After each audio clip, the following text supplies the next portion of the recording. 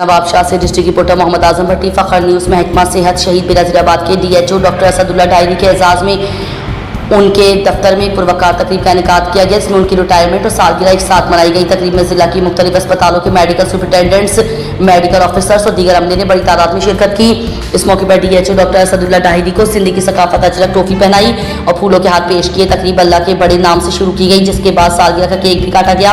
इस मौके पर doctor Parvez Aslam Dahri, doctor Ashfaq Dahri, Rashid Ali Imrani, Sajjad Hussain Pirzada, doctor Riaz Shah और दीगर मुकर्ररीन ने खिताब करते हुए कहा कि डॉक्टर असदुल्ला डायरी जिला में सबके लिए साहिबान की माने थे।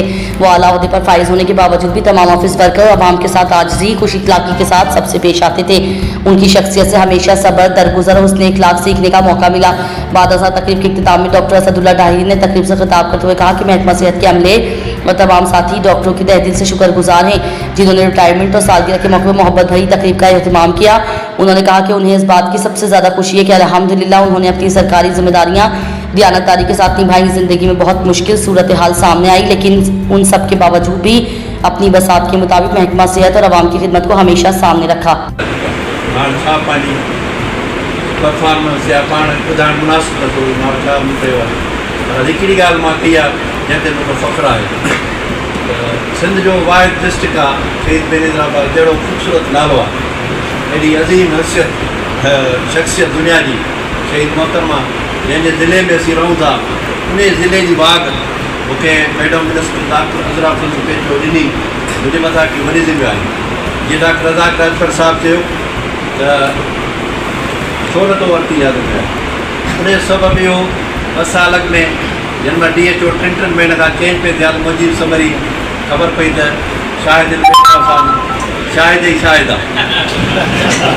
हमेशह यादि रखियो वेंदो, सदाईं जहिड़ा सभु ॿुधाईंदो त टीचर चयो हो रिटायरमेंट जे वक़्त ते त जॾहिं असांखे पढ़ाइण न आयो तॾहिं असां रिटायर थी वियासीं।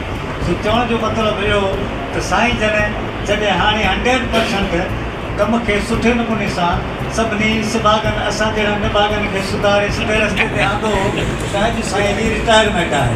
सो ॾाढो इन रिटायरमेंट जे लफ़्ज़ साईं खे जुदा थियण जे हवाले सां ॾाढो अफ़सोस थिए थो, पर हिन फोरम जो फ़ाइदो वठंदे जीअं त साईं जी डॉक्टर साहिब जी अलविदाई पार्टी आहे, ऐं सिर्फ़ु एतिरो चयुसि त हिकिड़ी करारदाद मां पेश करणु चाहियां थो जंहिंमें तव्हां